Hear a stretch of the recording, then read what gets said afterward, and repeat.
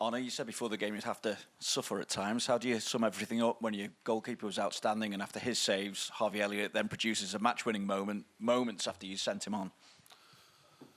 Yeah, I think when we would have had a draw over here, we would have been already the lucky one, and that is clear for everyone. I think they were the much better team today,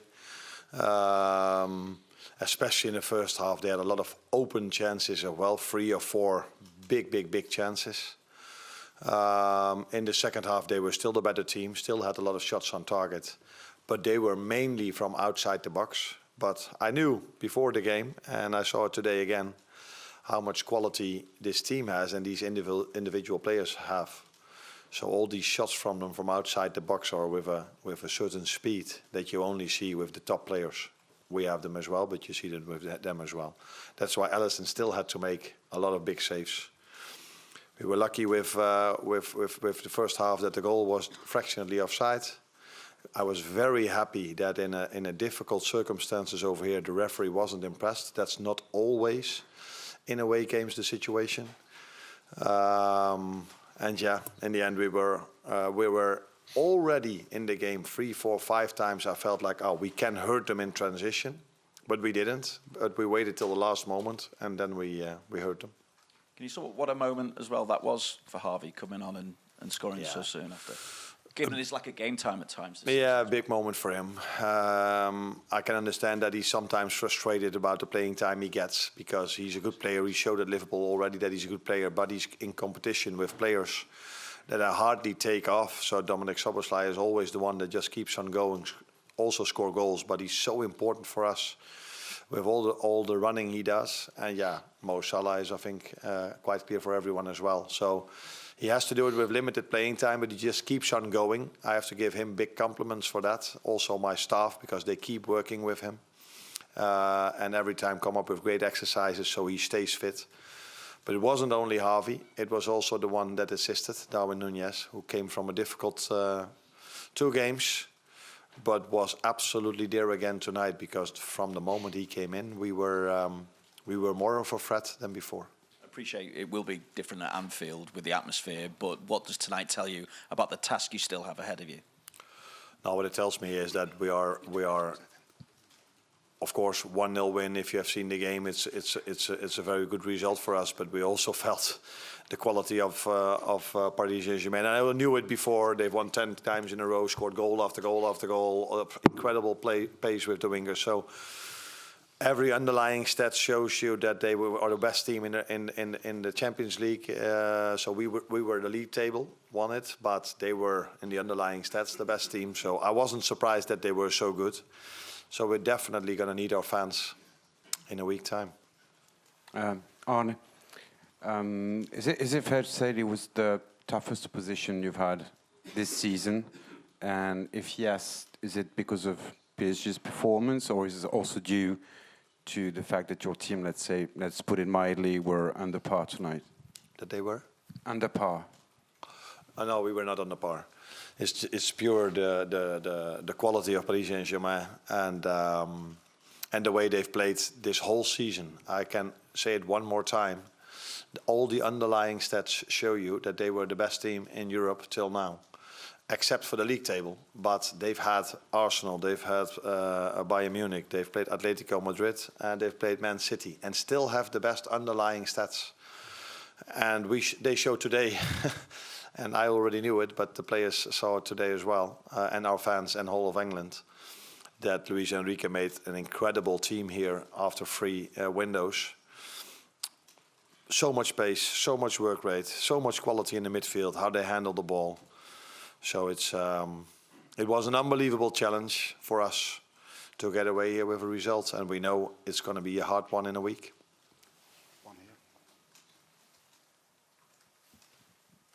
Bonsoir coach en français. Mourad Sefiane pour la source parisienne. On vous a vu dès le début du match, notamment votre gardien, gagner beaucoup de temps, jouer la montre.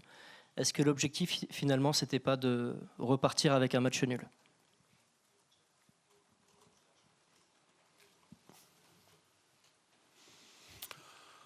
I think it's clear you are not used to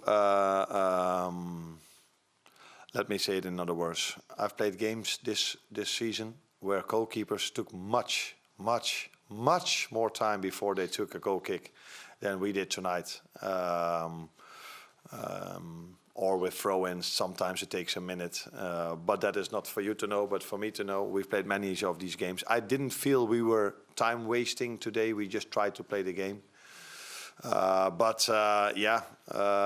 was clear that as the game passed by, a draw was the best possible result for us. But in the end, we were lucky to even get the win.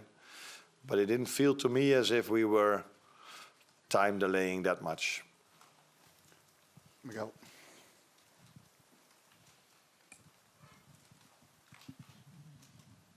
Arne, PSG were particularly brilliant for the first half hour or so, but then it felt like you managed to shore them up.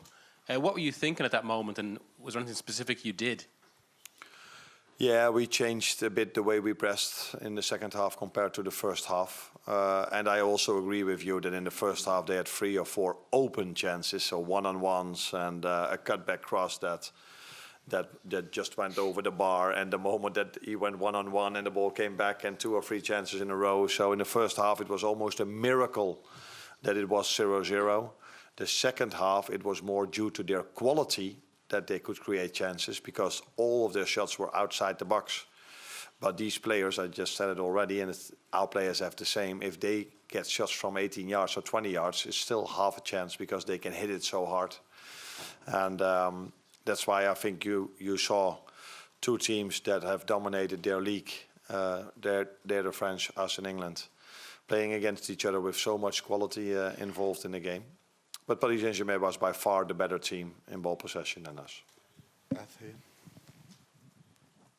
Hi, Arne. Trent has obviously had a lot of scrutiny this season on his defending, and he always does. But I thought tonight, even though he was up against some really top players, he handled it really well. What did you make of him? Yes, I agree with you, but I see the same thing during the season many more times. There have been games, I think City away was one of them, where he was outplayed a few times, but we didn't concede that many big chances against City. So sometimes stats are not telling you the truth. If he goes past someone in the width of the pitch, it doesn't tell you that he's outplayed. But the stats that do matter, I just said already a few times, are clear that Paris Saint-Germain is this season incredible in Europe and in their league. But Trent, I think in the first half, 1 or 2 times he had some difficulties, but in general he defended really well, especially also in the second half. So I agree with you, yes. We'll take 2 more questions. Gentleman here. Bonsoir coach, en français. Donc, Achille H pour Beurre FM. Ce type de match-là se joue sur des détails. Et aujourd'hui, il y avait 2 équipes sur le terrain et un arbitre qui a eu des décisions extrêmement litigieuses et qui ont été à votre avantage. Est-ce que vous avez un avis en particulier par rapport à l'arbitrage ce soir?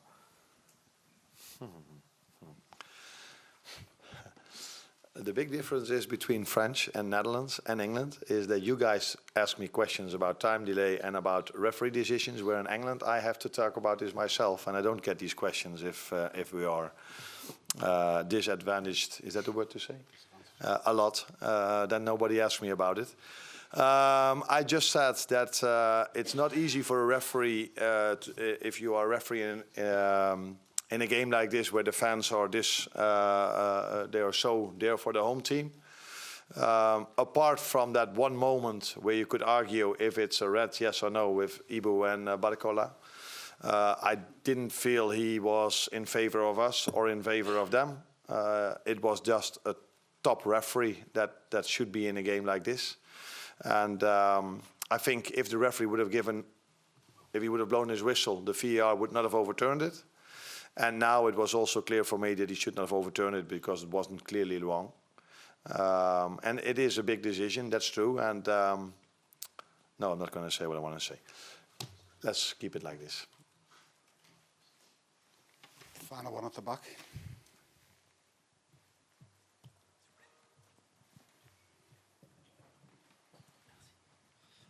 Bonsoir coach, Stéphane Bianchi du Parisien. Qui est selon vous le plus en confiance après le résultat de ce soir pour le match retour, compte tenu du scénario? Merci.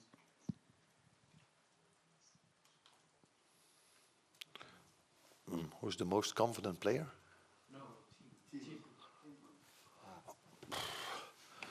Yeah, if you look at the results, we come away really positive. If you look at the performance, then there are two different things. I think Paris Saint-Germain can take a lot of positives towards the game we're going to play in a week. But I can tell you that they're not only going to play against us, they're only going to play against our fans, and we really need them. Not only next Tuesday it is? Tuesday. We need our fans on Saturday against Southampton as well, because like you might know, we don't have a winter break in England, so we just keep on playing for months already. And these players definitely going to need the help of our fans to show up 2 times as they've did in the last few months. Thank you. You're welcome.